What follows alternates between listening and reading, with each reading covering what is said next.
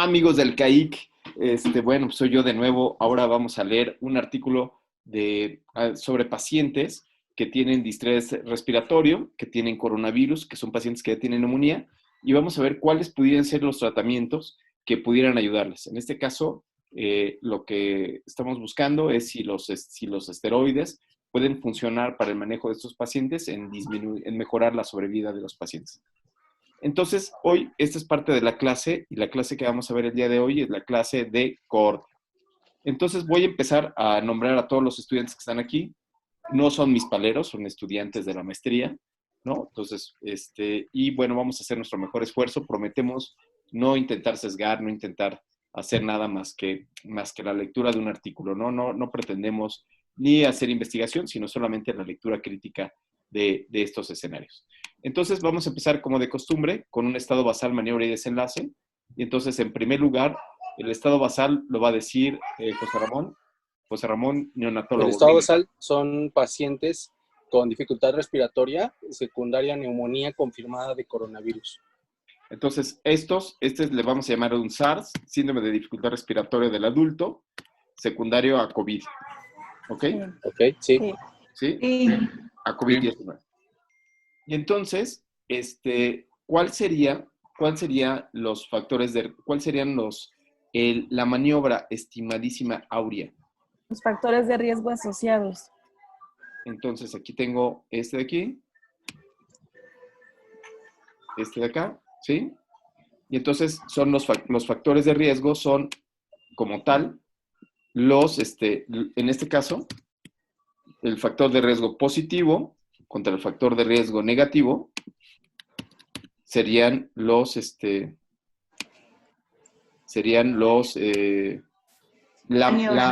maniobra, ¿no? Sí. Ahí serían la presencia o ausencia de los factores de riesgo. Ajá. ¿Podrías darnos el ejemplo de un factor de riesgo? Fiebre. ¿Fiebre? No creo. Ay, no, perdón. No, la diabetes, ¿no? Las comorbilidades. La diabetes, o sea, La que hipertensión. la diabetes, junto con los coronavirus, pueden hacer que tengan una inflamación distinta y pueden provocar el desenlace. En este caso, ¿qué desenlace les gustaría o qué desenlace creen ustedes que sería óptimo? Oiga, doctor, perdón, yo tengo una duda. Lo que pasa es que ahí más bien el estado basal nada más sería neumonía por SARS, neumonía por coronavirus, y el desenlace sería el síndrome de distrés respiratorio o muerte. Esos serían algunos de los... Sale, Sí. Muchas gracias. Neumonía y el desenlace pueden ser dos cosas. Ajá. Síndrome de distrés respiratorio agudo O muerte.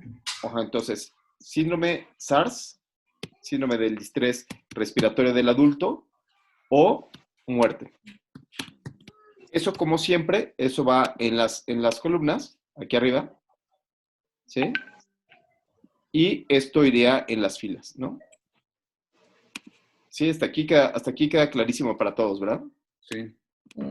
Entonces, ¿cuáles son las características? Entonces, hoy la clase que queremos ver son las cohortes, ¿no? Entonces,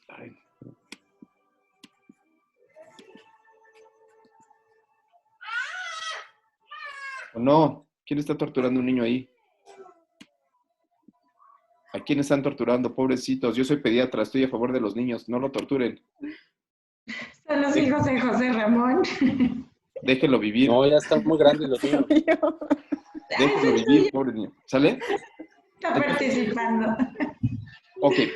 Entonces, Andreita, ¿podrías hablarnos sobre la justificación? Vean ustedes cómo hoy en día este artículo del llama, lo más importante es la justificación. ¿Nos podrías leer la justificación aquí abajo donde dice importancia? Dice que sí. La enfermedad por coronavirus 2019, COVID-19, es una infección emergente, una enfermedad infecciosa emergente que se reportó por primera vez en Wuhan, China, y que se ha esparcido en el mundo. Los factores de riesgo y los desenlaces clínicos del de la neumonía por COVID-19 no se han delineado, no se han descrito correctamente. Entonces ¿se acuerdan de lo que hablábamos de la justificación? Entonces, se justifica hacer este estudio porque no se saben los factores de riesgo, No sabemos cuáles pudieran ser los medicamentos apropiados que pudiéramos utilizar para esta circunstancia. No sabemos el pronóstico, entonces esa sería la justificación. Edmundo, ¿podrías leernos los objetivos, si fueras tan amable?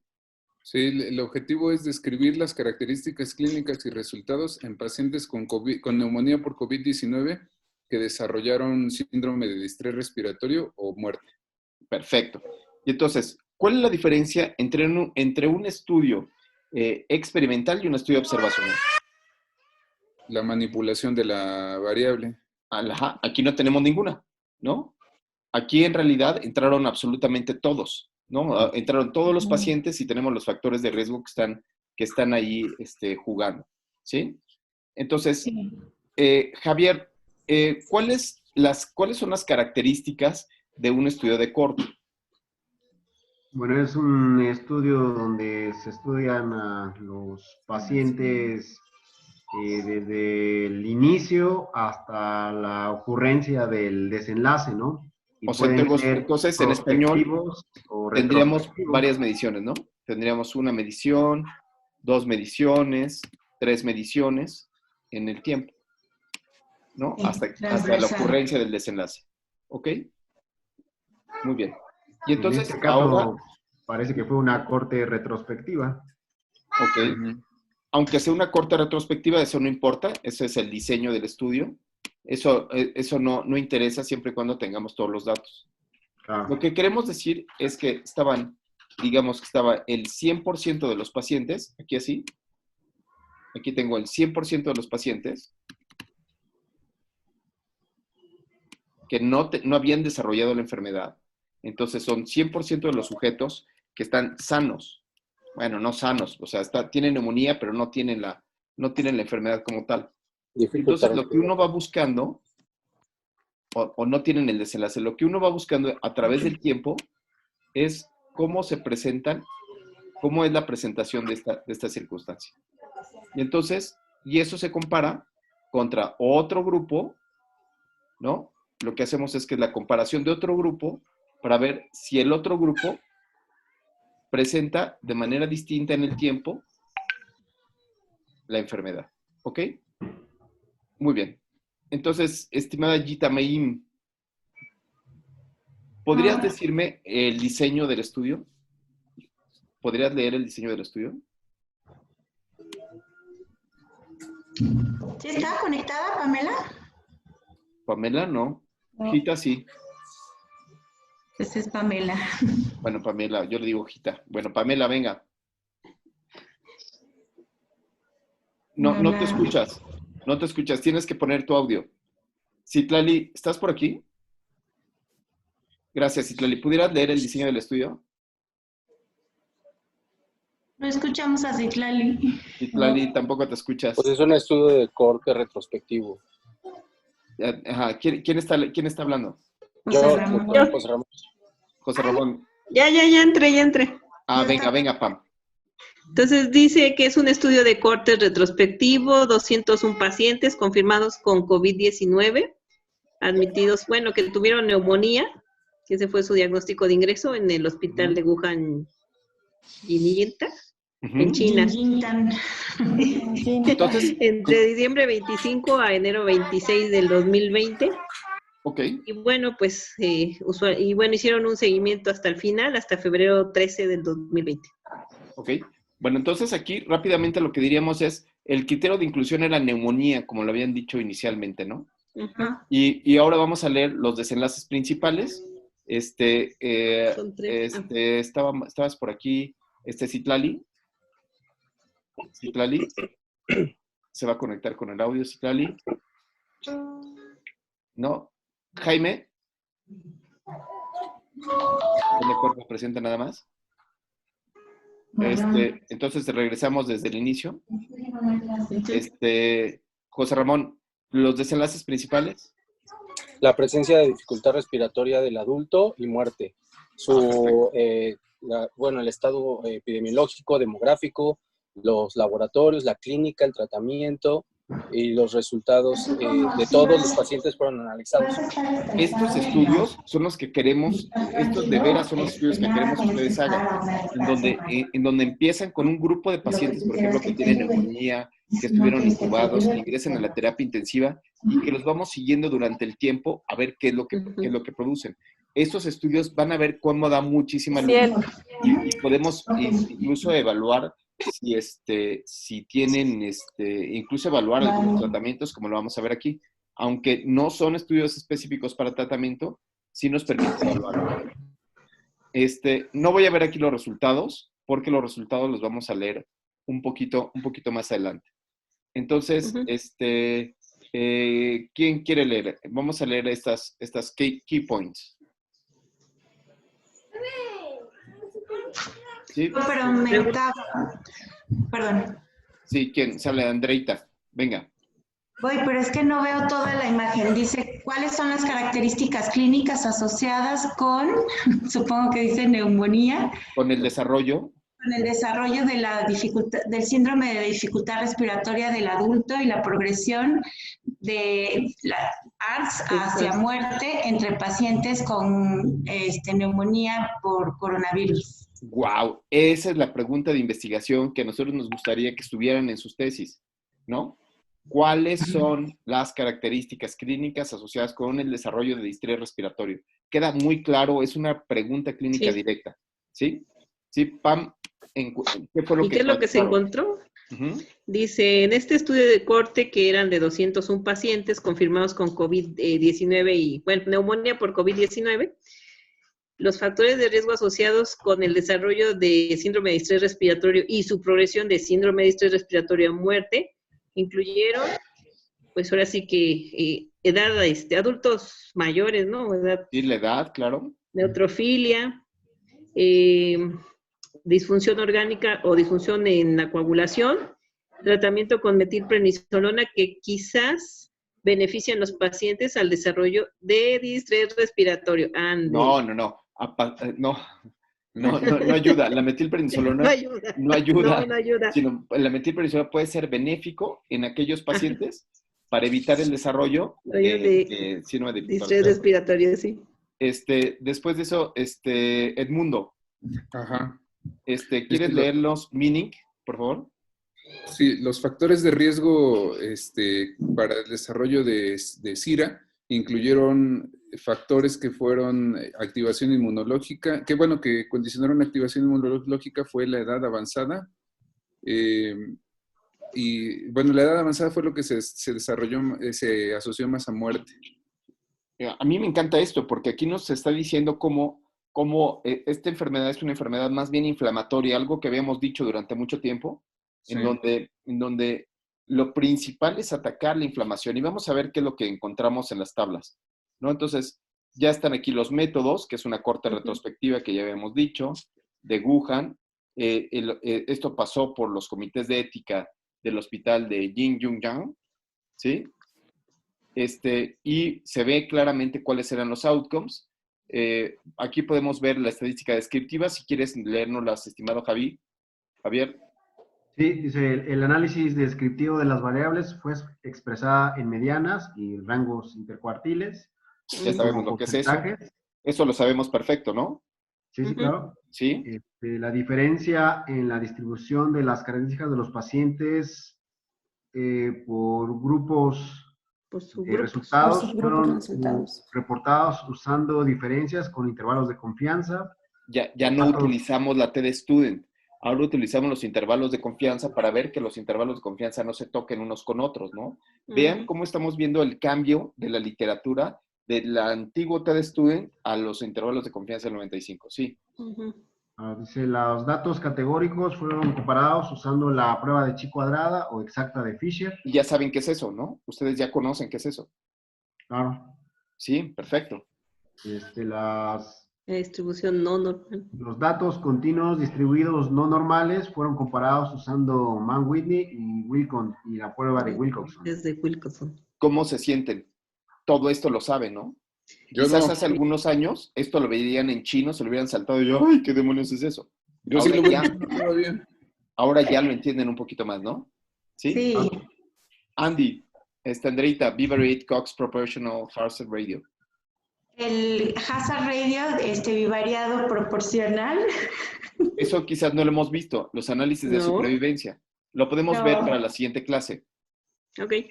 ¿Sí? Se usó para determinar hazard radio con intervalo de confianza del 95% entre los factores individuales que desarrollaron, en los que desarrollaron ARTS con la progresión de SIRA a muerte. Perfecto. Dice el tamaño de la muestra. ¿Dónde está? No lo veo. Ahí está.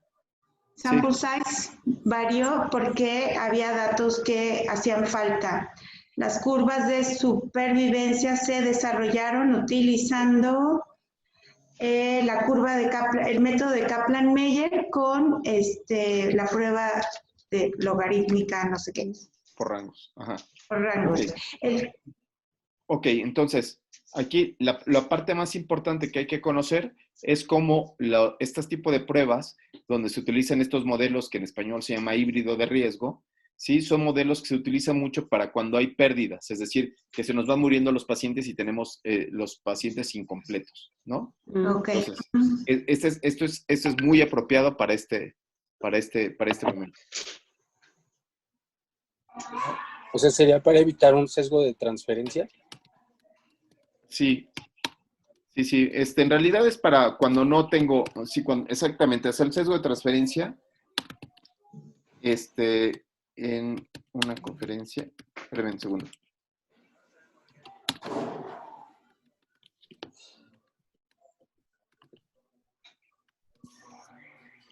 Ok, perdón. Sí, entonces, para evitar ese sesgo de transferencia, lo que hacemos es que se hace un análisis, que es estos riesgos proporcionales de Cox. ¿Ok? Ok. Uh-huh. Entonces, vean ustedes los datos. Bueno, utilizan ese PCS más viejito que el de ustedes. Ustedes utilizan el 21, ¿verdad? Nosotros utilizamos el 21. Y espero que también les empiece a utilizar R, ¿no? En las siguientes clases. ¿No? R está más padre porque es gratis. ¿No? Y entonces... la palabra gratis. Bueno, y entonces aquí vemos el desenlace. Y entonces el desenlace es horrible, ¿verdad? Sí. ¿Quién se quedó? Citlali. ¿Ya puedes hablar, Citlali? ¿O Jaime? Jaime, ¿nos podrías hablar sobre la tabla 1? Jaime. Perdón, es que está. La tabla 1 nos dice que los resultados clínicos, el 41% presentaron síndrome respiratorio agudo severo. Ingresaron a la unidad de cuidados intensivos un 26% y murieron 21%. Tómala, Barbón. O sea, la verdad es que esto no nos trae, no son buenas noticias. Esto demuestra lo terrible que es la enfermedad, ¿no? Que esta enfermedad no es un juego. O sea, sí nos da este punto que no nos gusta mencionar, ¿no? No estamos tan contentos con todo esto, ¿no? Entonces, acá vemos las características clínicas que tienen los pacientes. Y aquí es la parte interesante, ¿no? Todavía no empezamos con la parte interesante. Estos son los datos de laboratorio, que a mí no me llaman la atención. En realidad, no tienen una leucocitosis tan grande, como pueden ver, ¿no? No. 5,900, no. De hecho, no. Pues no hay leucocitosis. No está normal. Ni leucocitosis, ¿no? Así que la linfopenia, ¿no? Linfopenia nada más, pero ni tanto, o sea, no, tampoco te asusta esa linfopenia, salvo lo que ustedes digan. Y la plaquetopenia que decían, o la trombocitopenia tampoco, ¿no? O sea... La trombocitopenia no, pero linfopenia sí hay, pues, ¿no? O sea... Ay, Andrea, pero... 910 linfocitos sí están bajitos. Bueno, en promedio. Pero has visto cosas peores en el hospital de pediatría. Claro, pero sí tienen linfopenia. Eso no espanta, no espanta un buen clínico, ¿no? No tanto. Ok, entonces, cosas que a mí me llaman la atención es este efecto que tiene de interleucina 6 y de estos marcadores de inflamación, en donde esto sí está feo. ¿Ya vieron los marcadores de inflamación? Sí. Estos marcadores de inflamación sí están por arriba de lo normal. Esto sí ya asusta un poquito más, ¿no? Mira estos valores de referencia del rango intercuartilar de 92.68. La ferritina sérica, ¿no? O sea, sí es una enfermedad inflamatoria. 1200, claro. Es una enfermedad inflamatoria como tal, que yo, esa es mi hipótesis. Mi hipótesis es que hay que tratarla como si fuera una inflamación muy fuerte y hay que tratarla con esteroides a dosis altas, ¿no? Y entonces, lo que les quería enseñar es esta tabla de aquí. Ahorita de cabeza, pero ahora sí está bien. ¿Sí? En donde lo que hacen es hacer tablas de 2x2, en donde en estas tablas de 2x2 lo que hacen es que combinan a los pacientes que tienen, que desarrollaron síndrome de dificultad respiratoria del adulto, con y sin dificultad respiratoria del adulto, y después hacen vivo y muerto. Ajá. Con sus diferencias de medias. Ah, sí. ¿Sí? Entonces, y su intervalo de confianza del 95, ¿no? Y entonces, aquí podríamos sacar, sin ningún problema, en lugar de sacar las diferencias en porcentajes, podríamos sacar riesgos relativos, por ejemplo. O sea, podríamos utilizar esto como tablitas de 2x2 para hacer riesgos relativos. Claro. Ellos lo que sacaron fue diferencia de porcentajes. En esta diferencia de porcentaje lo que haces es que si tengo un número negativo y un número positivo del otro lado, entonces con eso digo que esto es no significativo. Significativo. Exactamente. Para que sea significativo, tienen que estar los dos del mismo lado. Del mismo lado. Con el mismo signo, como este caso. Entonces, en este caso es la disnea, por supuesto. Disnea es uno de los datos que más pueden ayudar a diferenciar y a seleccionar a los pacientes que vamos a ingresar y porque van a desarrollar dificultad respiratoria ¿no? ¿Qué otro encuentran que es importante? Claro, como factor de riesgo, hipertensión. Los pacientes diabéticos, podemos ver aquí. No los que tienen enfermedades cardíacas. Entonces, esto apoya más el hecho de que sea una enfermedad inflamatoria, que sea un proceso inflamatorio, ¿no? Oiga, doctor, de la hipertensión, ¿podría influir, por ejemplo, bueno, a lo mejor sería algo a medir también si los que están utilizando IECAS por la sobreexpresión de los receptores también podrían influir? Parece ser que sí hay unas teorías sobre los receptores de IECAS, muy interesante. Yo no estoy tan seguro, yo creo que es más bien el efecto inflamatorio que presentan, ¿no? Estos pacientes. Pero vean los que se mueren. Los que se mueren está horrible. Porque miren cuáles son las causas de que se muera la gente. Uno, la edad, como podemos ver, ¿sí? La media de edad en los pacientes que se mueren es de 68.5 de 70 años, ¿no? Y los que sobreviven son pacientes jóvenes. Y después tenemos la temperatura. Pues sí, la temperatura no tiene nada que ver. O sea, aquí hay una diferencia que es de nada, ¿no? No es clínicamente significativa, es de cero. Sí, no hay nada que hacer ahí. No hay más tan diferente. Y sin embargo es un criterio, ¿no? Para tomar la prueba rápida. Sí, pero bueno, pues es que ahorita no sabemos ni lo que hacemos, caray. Entonces aquí está. La temperatura no es un buen parámetro, ¿no? Yo creo que podríamos tomar otros parámetros. Tampoco el género. Lo que sí podemos ver es aquellos pacientes que tienen disnea. Vean ustedes cómo disnea es un factor para tener SARS, aunque no para morirse, ¿no? Sí, y ni siquiera por grados de disnea, ¿no? Nada más es el síntoma, disnea, punto y ya. Exacto. Sí, no lo clasificaron. Pero vean este de aquí, que es el que parece ser que es el que más se asocia, ¿no? Que es si lo intubo, ¿no? Aquí quizás, ese es un epifenómeno. Quizás eso es porque intubo a los que están más graves. Y entonces, ¿cuál es el que se muere? Quizás el que está más grave. Claro. ¿No? Estas son las cosas que hay que someterlas a los análisis de modelos de riesgos proporcionales de Cox. Pero esta es quizás una de las que más me gusta. Ya hago el riesgo proporcional de Cox, los riesgos proporcionales de Cox, aquí. ¿Sí? Y entonces veo, ahora para muerte, esto de hazard ratio se interpreta igualito que como un riesgo relativo. Igualito se interpreta. O sea, la interpretación es exactamente lo mismo y lo que se ve es que la edad es un factor de riesgo. Otra vez pega muchísimo. Género no pega, afortunadamente. No. Temperatura alta. Tampoco. Sí pega, pero parece ser que es de protección, ¿eh? ¿Ya vieron? Ah, ya. ¿Que mayor temperatura, menos mortalidad, dice? No. Exactamente, eso es igual que en los niños. Como son datos de alarma, uno sale corriendo cuando uno tiene fiebre. Cuando Y tiene se fiebre dicen, atiende ay, más uno sí está temprano. malo, y esos son los que se salvan. O porque habla de una Dios mayor mío. respuesta inmunológica, ¿no? Cuando tiene fiebre, o sea, hay más liberación de citocinas. Más a Puede favor de eso, ser. más a favor de que esto es una enfermedad inflamatoria. Hipertensión presente ausente, diabetes presente ausente. Ninguna de las dos es un factor de riesgo para morir, sí es un factor de riesgo para hipertensión. Para SIRA. Para SIRA, pero no para Pero no para morir. morirse. Ajá. Exacto. Entonces aquí vamos haciendo estas interpretaciones, ¿no?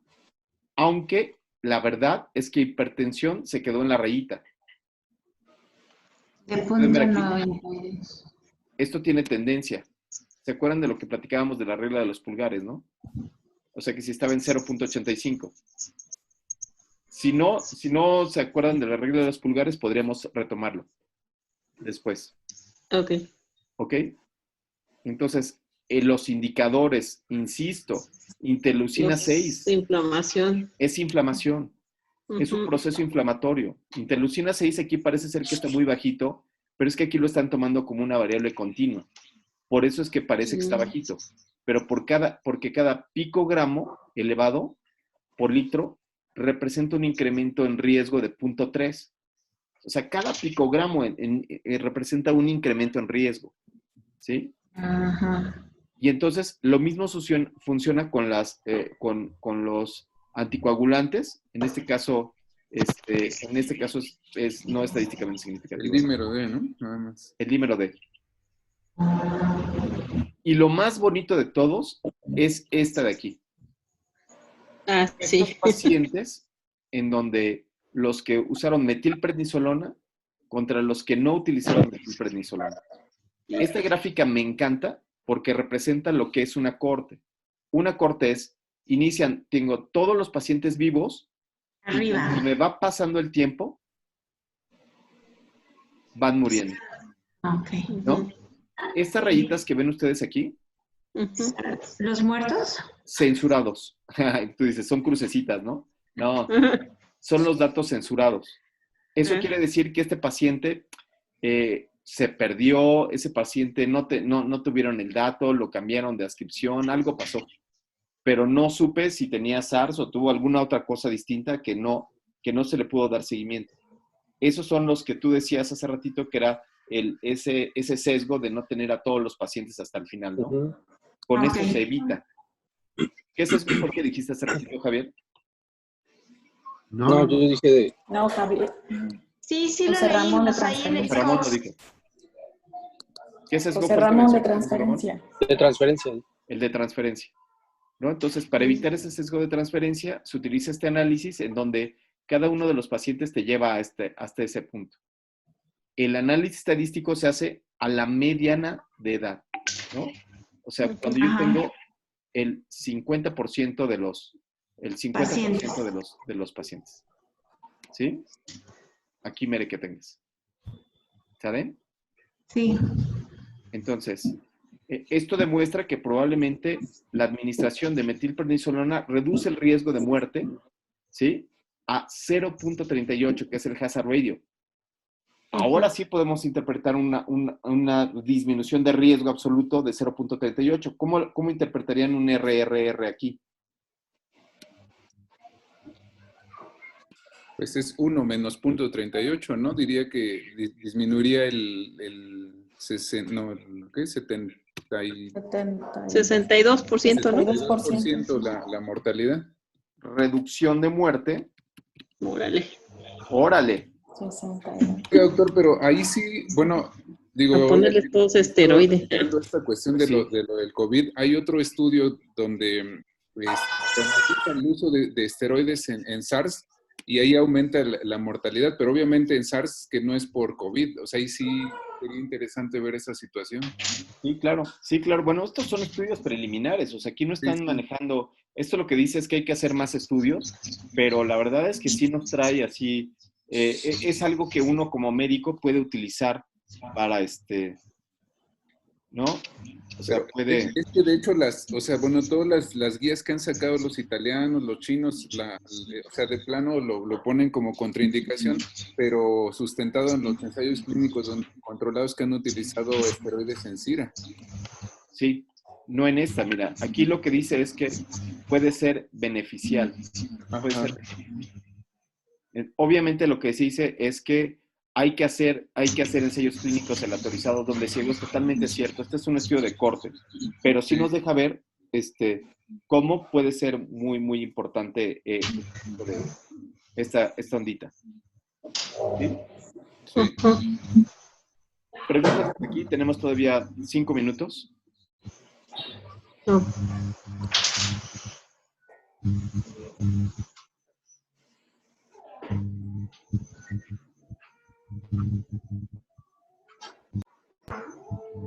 ¿Sí? ¿Preguntas hasta aquí?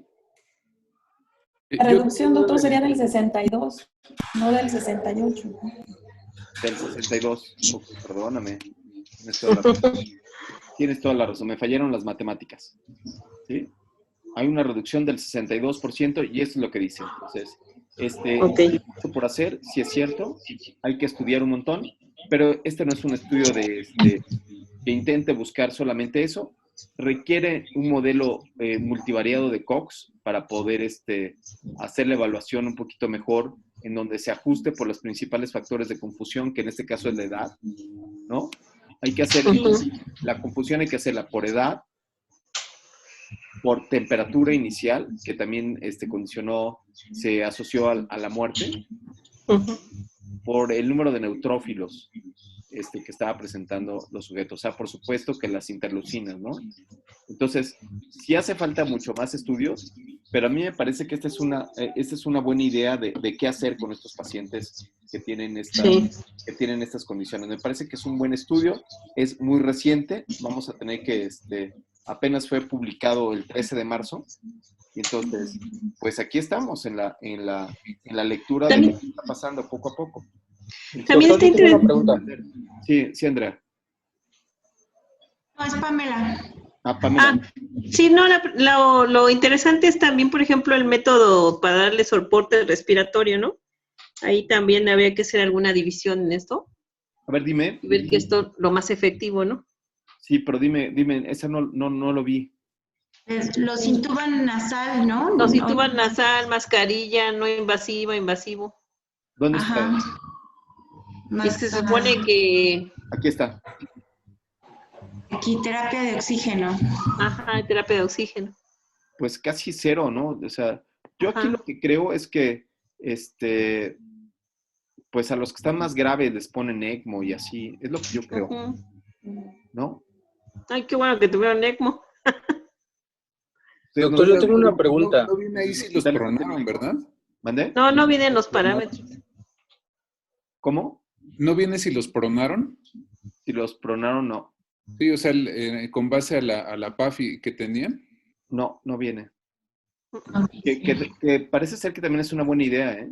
Sí, de hecho, cuando tienen una PAFI menor a 150, se ha visto que es benéfica la pronación en pacientes con SIRA. Ahora, fíjate que aquí se utilizaron antivirales y parece ser que los antivirales les fue mejor con los antivirales, ¿ya viste?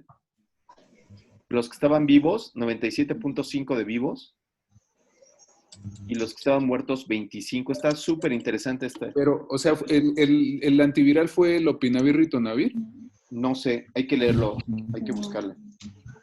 Y también ver la dosis de metilprednisolona que utilizaron, ¿no? Porque esto también sería importante.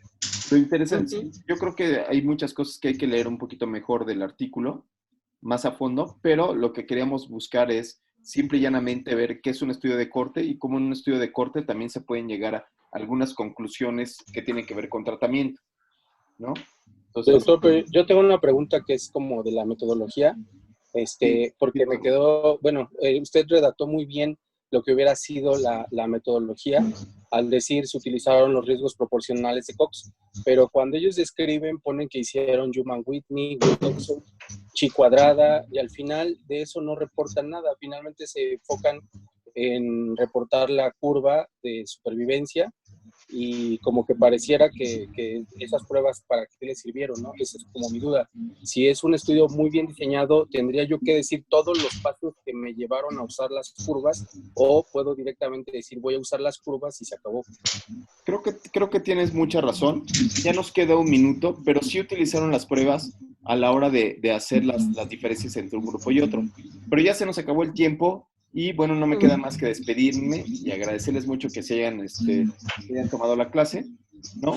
Entonces, creo que es un artículo que va a dar mucho de qué hablar en los siguientes meses, y es una investigación original y es una investigación que está aportando cada vez más información a los tratamientos que podemos llevar a cabo, ¿no? Entonces, la recomendación que podríamos hacer es que yo creo que los esteroides sí funcionan, de que es una enfermedad inflamatoria y que esto pudiera ayudar muchísimo a los pacientes. Entonces, pues bueno, pues no me queda más que despedirme. A los que no hablaron, no dijeron nada, qué mala onda. ¿No? Entonces, el chiste de esto es que todos participen. Estimado Jaime, nos vemos. Gracias. Gracias. El mundo, nos vemos. Bye. Hasta luego. Y gracias por estar aquí con nosotros. Nos vemos. Hasta luego, buenas noches. Bye, bye. Bye. Buenas noches. Buenas noches.